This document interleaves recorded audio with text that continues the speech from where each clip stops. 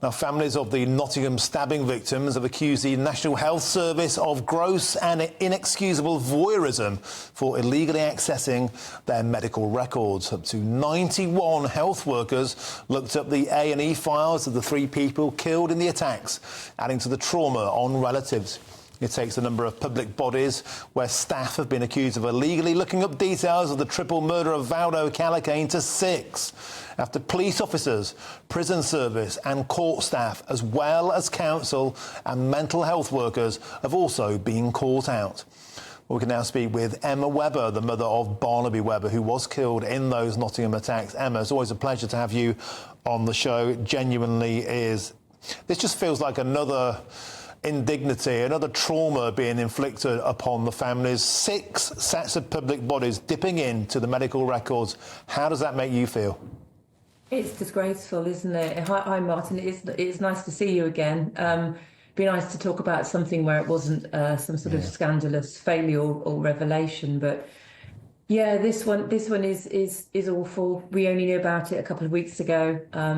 We can confirm that it was at least, in fact, it's slightly more, 91 individuals in that hospital trust accessed information about Barnaby, Grace and Ian, and the majority of them for no reason.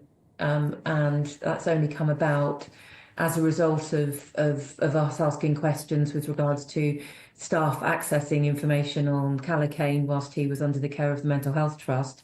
We wanted an audit, effectively, so we could see who had accessed what, to make sure, you know, that the right investigations were happening with decision makers.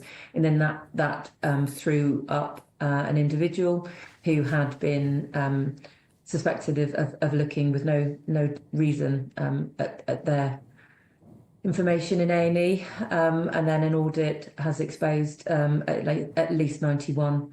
More information will come out shortly with regards to that. It's being investigated. It's just it's horror upon horror. How and why we refer to the term of rubbernecking when you see an accident if you're driving past on the motorway, and how individuals of all different levels within the hospital that we know have chose to do that is abhorrent. It's so hurtful. And this is, as you say, it's pure voyeurism. It served no medical purpose, it served no legal purpose, it served no investigatory purpose whatsoever. It was simply staff, as you said, rubbernecking, being nosy. It's a total violation of your boy's memory. Yeah, it is. So it's not just data breaches. It's an invasion of privacy. It's abhorrent voyeurism. It really is. On the back of how we've been treated and the negligence and the failures that we've been exposed to ever since June 13th, 2023, and it never stops. It never ever stops. And I think what's as worrying is that this has come about because of our concerns, because of our forensic analysis and challenging of the agencies and organisations and individuals. And I don't think for a single second that we are a one-off.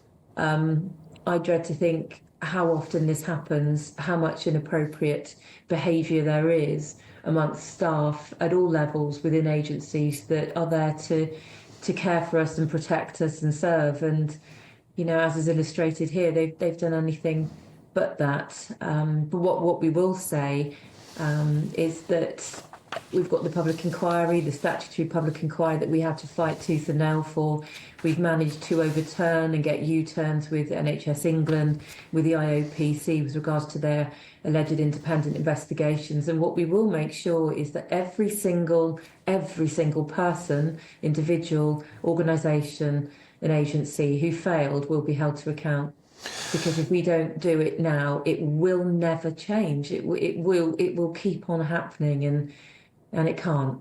We deserve better in this country. And in my boy's name, if that's what I have to do before I eventually shuffle off the mortal coil, then we will hold everyone to account.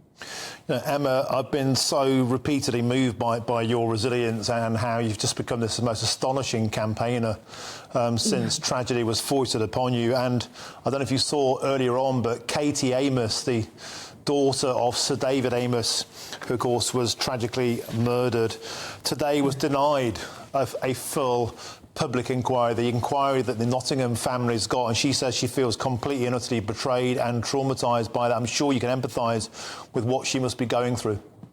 Oh, yeah, it's this awful, it's a solidarity you're in a club you don't want to be a member in, and it very much feels David and Goliath a lot of the time. And I think breaking it down to its most simple structure is there's a right and a wrong. And if you know that something is wrong, and if you know that something hasn't been addressed, or you're not getting the answers you deserve, then fight and fight and fight, and don't stop. And if you have to, you use all the assets that you have and the voice that you've got. That the same with Katie, the same with us. None of us want to have the voice that we've got, but it's a choice we've made to use it, as has she. And I haven't met her. I don't know all of the details, but I do understand the horror that they go through every single day, and every time a letter from an agency or an organisation comes in that isn't what you want to hear. And don't think you'll win every single battle that we have to wage over this, but we will win the war. Okay, Emma Webber, it's just always an absolute pleasure to speak to you. And as you say, one day, hopefully in the happier circumstance. But in the meantime, thank you so much for talking to us once again at GBNews. Love to you and all your family. Yeah, and to yours as well. Cheers. Bye. Thank you. Oh, I get so moved by speaking to her. I really, really do. Okay, let's move on. The Nottingham Trust, which runs the Queen's Medical Centre, where the victims were taken, has apologised and said it was investigating concerns staff may have inappropriately looked at their A&E record. At GB News, we believe in the power of free speech. We're not afraid to ask the tough questions, challenge the status quo, and give you a voice. While others silence dissent, we champion the truth. By becoming a GB News member, you're not just supporting free speech, you're defending it. Please consider supporting us today. Together, we'll hold the powerful to account and make sure that your voice is always heard. Simply go to gbnews.com/support and stand with us for what matters most.